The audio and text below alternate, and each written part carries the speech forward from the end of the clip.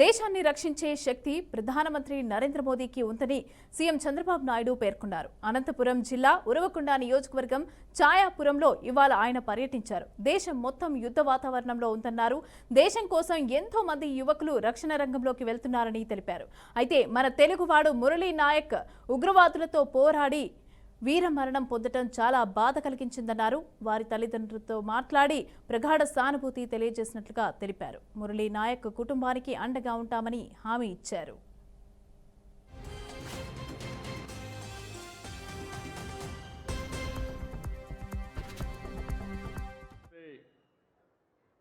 దేశం మొత్తం యుద్ధ వాతావరణంలో ఉంది. ఏదైతే మన వాళ్ళ మీద ఎవరైతే టెర్రరిస్టులు ఉన్నారో వాళ్ళు వచ్చి దాడులు చేయడం, దానిపైన దేశమంతా కూడా ఎక్కడికక్కడ చలించిపోవడం, అది చూసిన తర్వాత ఇప్పుడే కాదు ఎప్పుడూ మన దేశం టెర్రరిజానికి వ్యతిరేకం. ప్రజాస్వామ్యంలో టెర్రరిస్టులకు ఎక్కడా అవకాశమే లేదు. అలాంటిది మన దేశంలో ఎవరైతే మీరు చూస్తే దేశంలో చాలామంది వివిధ ప్రాంతాలకు చెందిన వ్యక్తులు కాశ్మీర్కి వెళ్ళడం, అతి దారుణంగా అతి కిరాతకంగా ఆడబిడ్డల ముందర పిల్లల ముందర మగవాళ్ళని ఇష్టానుసారంగా చంపేశారు. అది చూసినప్పుడు చాలా బాధేస్తుంది.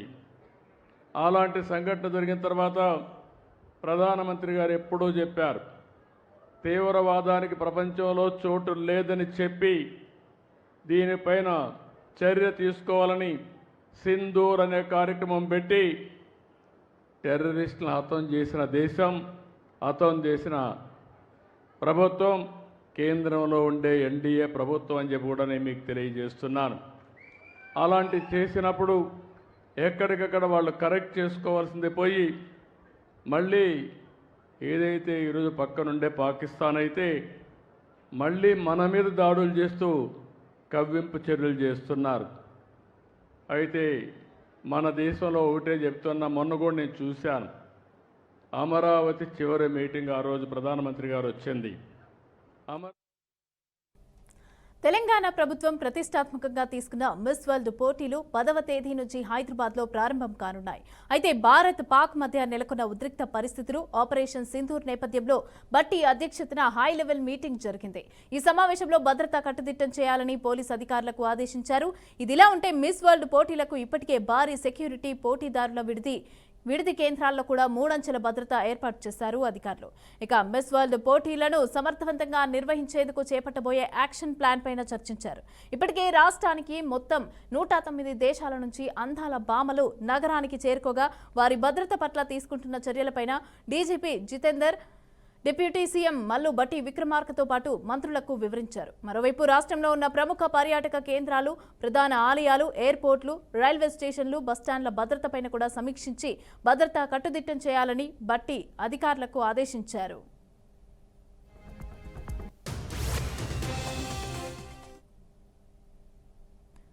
వైసీపీ నేత, మాజీ ప్రభుత్వ సలహాదారు సజ్జల రామకృష్ణారెడ్డి కీలక వ్యాఖ్యలు చేశారు.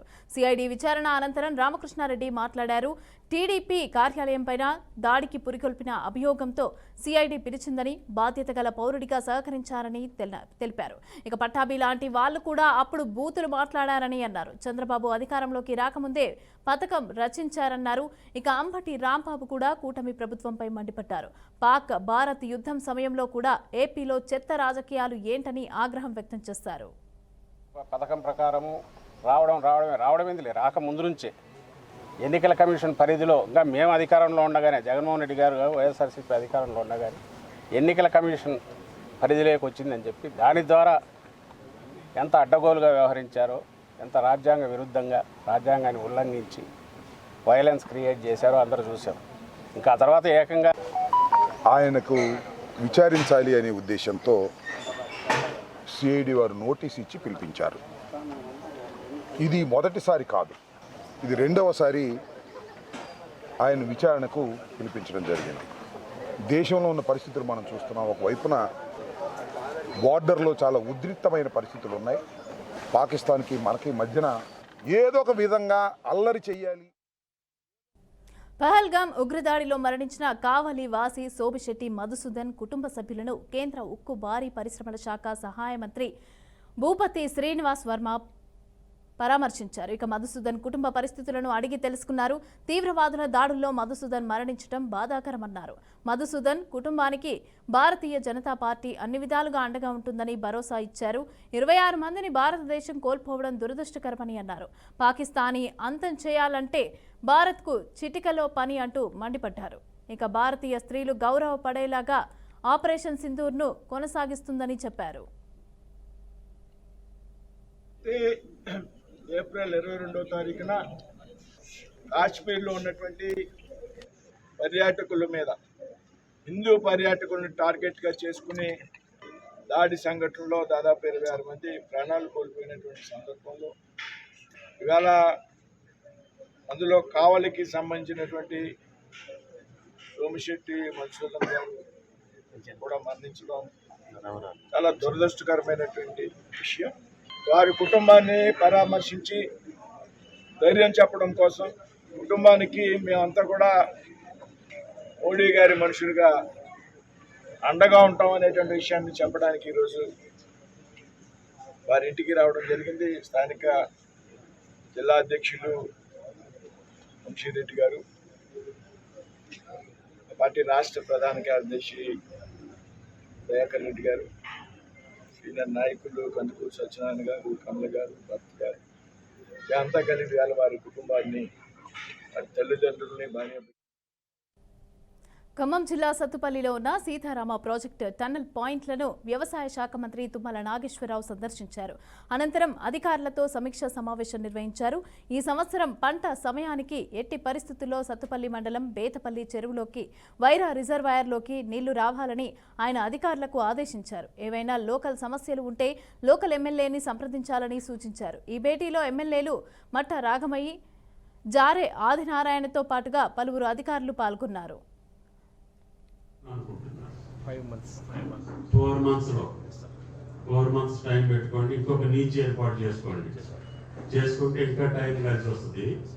కాబట్టి దయచేసి ఏజెన్సీ కూడా మనం ప్రమోట్ చేసి ఇంకొక నీచ్ని ఏర్పాటు చేసుకుంటే ఇంకా ట్రాన్స్పోర్ట్ ఈజీ అవుతుంది, వెహికల్ మూవ్మెంట్ ఎక్కువ అవుతుంది. కాబట్టి త్వరగా పూర్తి చేయాలి. 6 months అనుకుంటే 4 monthsకే మనం టైం టేబుల్ పెట్టుకోవాలి.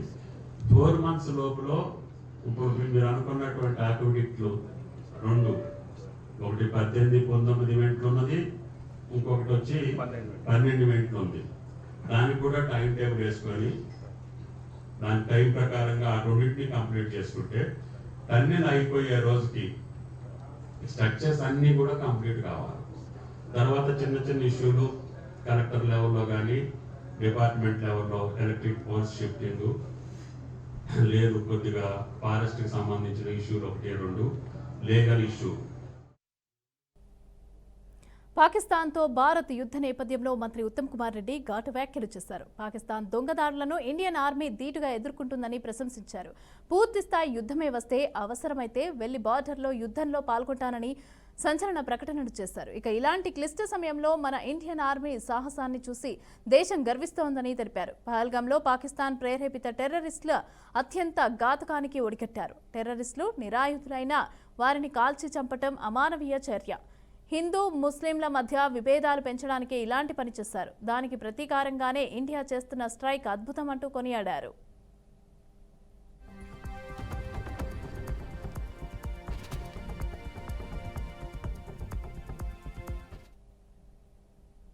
విధి నిర్వహణలో మరణించిన కానిస్టేబుల్ వడ్ల శ్రీధర్ కుటుంబానికి అండగా ఉంటామని, ప్రభుత్వ పరంగా ఆదుకుంటామని రాష్ట్ర రవాణా, బీసీ సంక్షేమ శాఖ మంత్రి పొన్నం ప్రభాకర్ అన్నారు.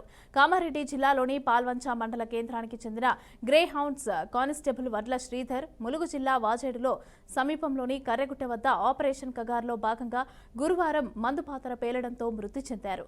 ఇక వడ్ల శ్రీధర్ అంత్యక్రియల్లో మంత్రి పొన్నం ప్రభాకర్ పాల్గొన్నారు. విధి నిర్వహణలో ప్రాణాలు కోల్పోయిన వడ్ల శ్రీధర్ కుటుంబానికి అండగా నిలుస్తామని అన్నారు.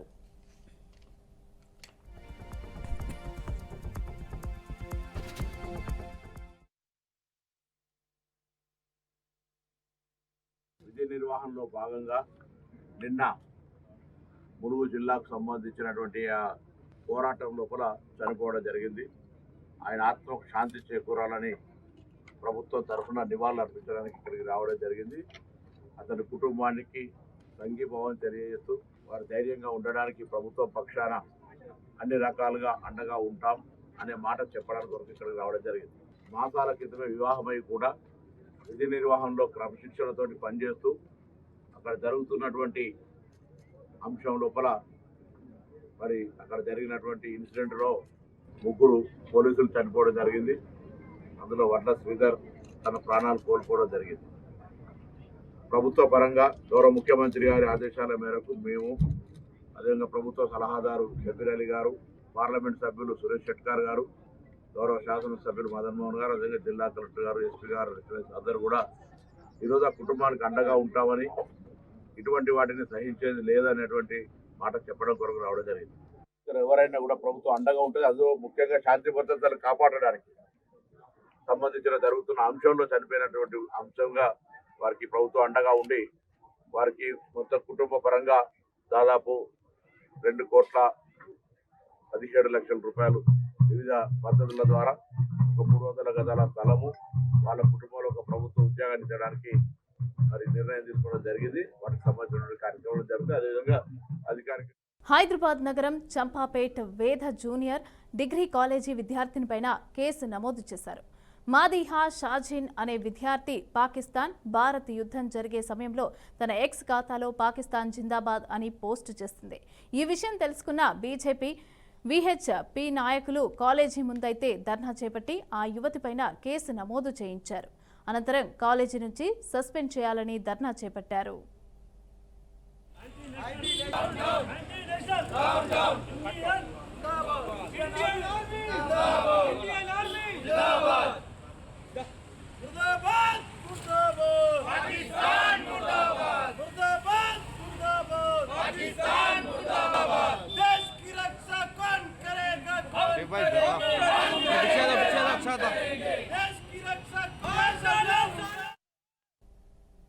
పాకిస్తాన్ సైన్యం కాల్పుల్లో ఆంధ్రప్రదేశ్కి చెందిన జవాన్ మురళీ నాయక్ అమరుడయ్యారు.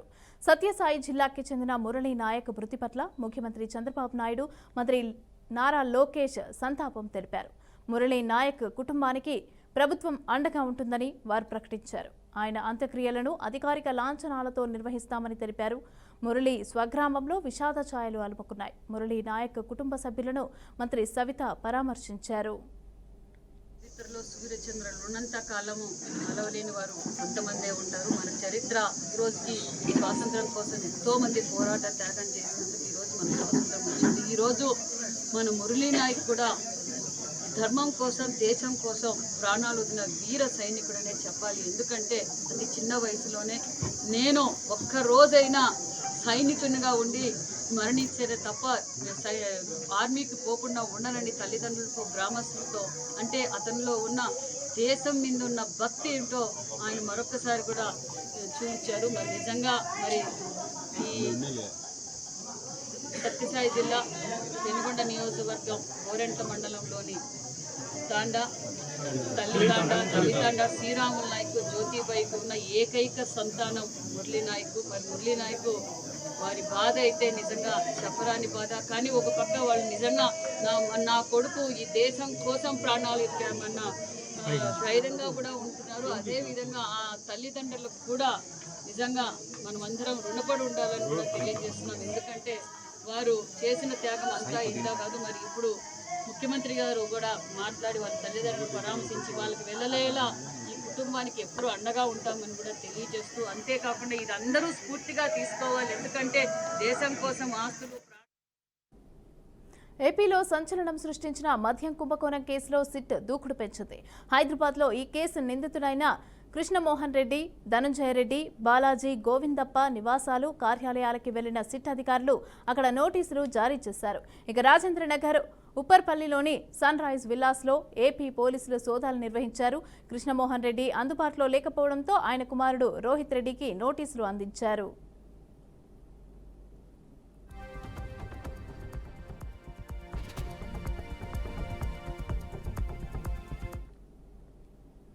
భారత్పై పాకిస్తాన్ శుక్రవారం కూడా మళ్లీ దాడులకు తెగబడుతోంది. జమ్మూ కాశ్మీర్, పంజాబ్, రాజస్థాన్లోని సరిహద్దు ప్రాంతాల్లో పాక్ కాల్పులు జరుపుతోంది. పాక్ దాడుల నేపథ్యంలో జమ్మూ కాశ్మీర్, జైసాల్మేర్లోని సైరన్లు మోగడంతో పాటు బ్లాక్అవుట్ విధించారు. ఇక పాకిస్తాన్ దాడులు మొదలుపెట్టడంతో బ్లాక్అవుట్ విధించి ఆ దాడులను భారత సైన్యం సమర్థవంతంగా తిప్పికొడుతోంది. ముఖ్యంగా యూరి, అదేవిధంగా పూంచ్ ప్రాంతాల్లో పాక్ ఎక్కువగా దాడులు చేస్తోంది. వరుస దాడుల నేపథ్యంలో సరిహద్దు ప్రాంతాల్లో ఉద్రిక్త వాతావరణం నెలకొంది. రాత్రవ్వగానే పాక్ సైన్యం కాల్పులు జరుపుతూ కవ్వింపు చర్యలకు పాల్పడుతోంది. గుజరాత్, జైసల్మేర్, ఉరి సరిహద్దుల్లో హై అలర్ట్, బ్లాక్అవుట్లు విధించారు. ఇక జమ్మూ కాశ్మీర్లో పాక్ డ్రోన్లను భారత్ బలగాలు ధ్వంసం చేశాయి.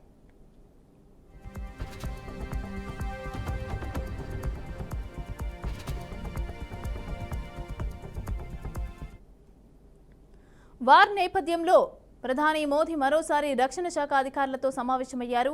మోదీ నివాసంలో కీలక భేటీ జరిగింది. ఈ సమావేశానికి త్రివిధ దళాధిపతులు హాజరయ్యారు. గత 3 రోజులుగా పాక్, ఇండియా మధ్య కొనసాగుతున్న ఉద్రిక్తతల నేపథ్యంలో ఈ సమావేశం ప్రాధాన్యత సంతరించుకుంది.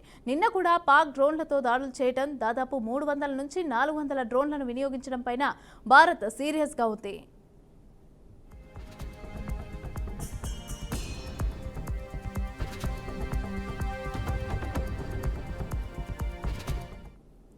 భారత్లోని ఆలయాలు, విద్యాసంస్థలను లక్ష్యంగా చేసుకుని దాడులు చేసిన భారత్ ఆర్మీ సమర్థవంతంగా తిప్పికొట్టగలిగింది. అయితే మత ఘర్షణలు రెచ్చగొట్టేందుకే పాక్ ఈ ప్రయత్నం చేసిందన్న నేపథ్యంలో ప్రధాని నరేంద్ర మోదీ ఈ కీలక సమావేశాన్ని నిర్వహిస్తున్నారు. మోదీకి త్రివిధ దళాధిపతులు జరుగుతున్న పరిణామాలను వివరిస్తున్నారు. భారత్ తదుపరి కార్యాచరణపైన ఈ సమావేశంలో నిర్ణయం తీసుకుంటారని తెలిసింది. ఆపరేషన్ సింధూర్ 2.0లో భాగంగా పెద్ద నిర్ణయమే తీసుకుంటారని అంచనా.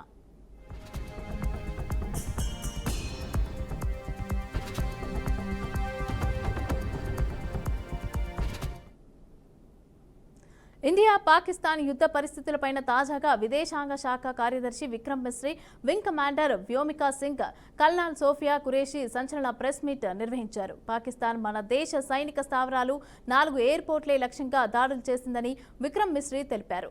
మన దేశంలోని గురుద్వారాలపైన దాడులు చేసి దేశంలో మత ఘర్షణలు సృష్టించాలని కుట్ర చేసింది. ఇక పాక్ ప్రయత్నాలను ఇండియన్ ఆర్మీ బలంగా తిప్పికొట్టింది. ఇక పాక్ వాడిన 400 డ్రోన్లను ఇండియా కూల్చేసింది. పాకిస్తాన్ ప్రపంచాన్ని మోసం చేయాలని చూస్తోంది అంటూ కూడా తెలిపారు. మన ప్రార్థనా మందిరాలపైన దాడి చేయట్లేదని చెప్తూనే ఇక్కడ దాడులు చేయాలని చూస్తోందని అన్నారు. कि मध्य रात्रि को पाकिस्तानी सेना ने सैन्य बुनियादी ढांचे को निशाना बनाने के इरादे से पूरी पश्चिमी सेना पर भारतीय वायु क्षेत्र का कई बार उल्लंघन किया। यही नहीं बल्कि पाकिस्तानी सेना ने नियंत्रण रेखा पर भारी कैलिबर वाले हथियारों से गोलीबारी भी की। अंतर्राष्ट्रीय सीमा और नियंत्रण रेखा पर लेह से लेकर सरक्रीक तक 36 स्थानों पर 300 से 400 लगभग ड्रोनों का इस्तेमाल घुसपैठ का प्रयास करने के लिए किया गया। भारतीय सशस्त्र बलों ने काइनेटिक्स व नॉन काइनेटिक साधनों का उपयोग करके इनमें से कई ड्रोन्स को मार गिराया। इतने बड़े that Pakistan carried out by the Pakistani state machinery is yet another example of their duplicity and the new depths that they are plumbing in their quest for disinformation. The other point in the same vein is Pakistani claims that they did not target or attack any religious places. You would recall that yesterday I shared with you an incident related to the attack on a Gurdwara in Poonch. Instead of owning up to these attacks, Pakistan military carry out multiple violations of Indian airspace along the entire western border with an intent to target military infrastructure. Pakistan military also resorted to firing of heavy caliber weapons along the line of control. Along the international border and line of control, drone intrusions were attempted from Leh to Sarkreek at 36 locations with approximately 300 to 400 drones.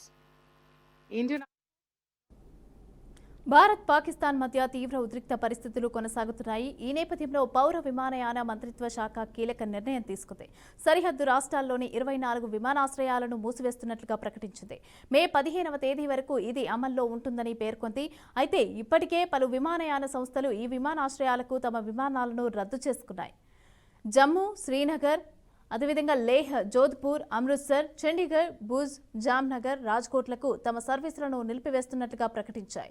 యుద్ధ ప్రభావిత ప్రాంతాలకు విమానాలను రద్దు చేయడంలో ప్రయాణికులకు పూర్తి నగదును వాపస్ చేయడం లేదా రీబుక్ నుంచి మినహాయింపును అందిస్తామని ఎయిర్ ఇండియా ప్రకటించింది.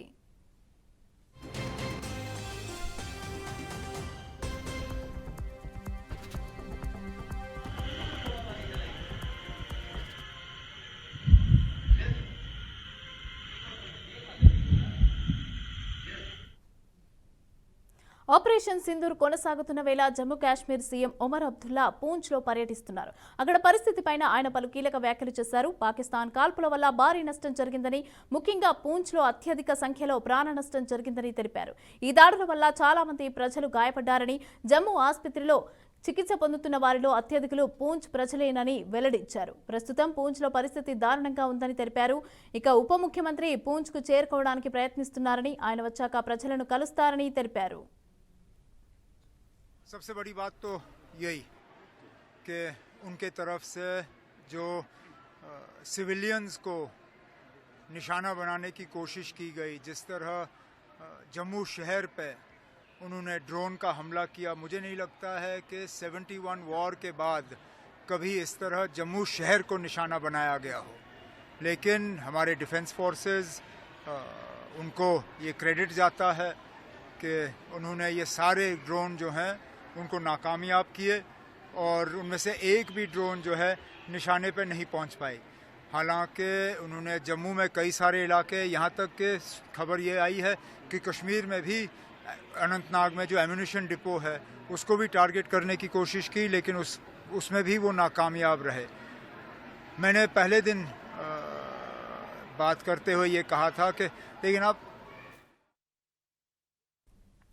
భారత్ పాకిస్తాన్ మధ్య యుద్ధ వాతావరణం నెలకొన్న నేపథ్యంలో అపర కుబేరులు ముఖేష్ అంబానీ, గౌతమ్ అదానీలు స్పందించారు. పాక్తో యుద్ధం కారణంగా భారత్కు పూర్తి మద్దతుగా ఉంటామని ఇద్దరు కూడా ప్రకటించారు. ఇక దేశానికి ఏం కావాలన్నా తాము ఇచ్చేందుకు సిద్ధంగా ఉన్నామని వారు తెలిపారు.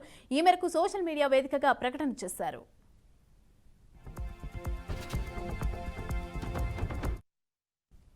ఇలాంటి సమయంలోనే మన ఐక్యత, నిజమైన బలం బయటకొస్తుందని అదానీ తెలిపారు. మాతృభూమి, ఆత్మను, మన ఆదర్శాల స్ఫూర్తిని కాపాడుకునేటప్పుడు మన సాయుధ దళాలకు మద్దతు ఇవ్వడానికి తాము అచంచలమైన సంఘీభావంతో నిలుస్తాము, అదేవిధంగా దానికి కట్టుబడి ఉన్నామని పేర్కొన్నారు.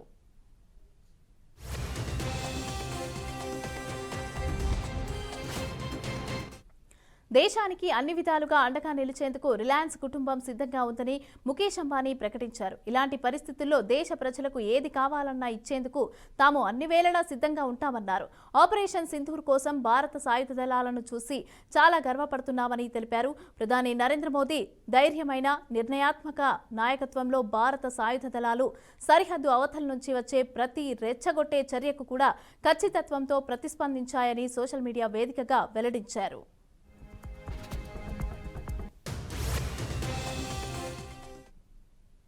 ఇండియా పాకిస్తాన్ మధ్య ఉద్రిక్తతలు తీవ్ర స్థాయిలో చోటు చేసుకుంటున్న వేళ ఐపీఎల్ 2025 టోర్నమెంట్ను వాయిదా వేశారు. అయితే మళ్లీ ఎప్పుడు పునఃప్రారంభం అవుతుందో తెలియక అభిమానులు సతమతమవుతున్నారు.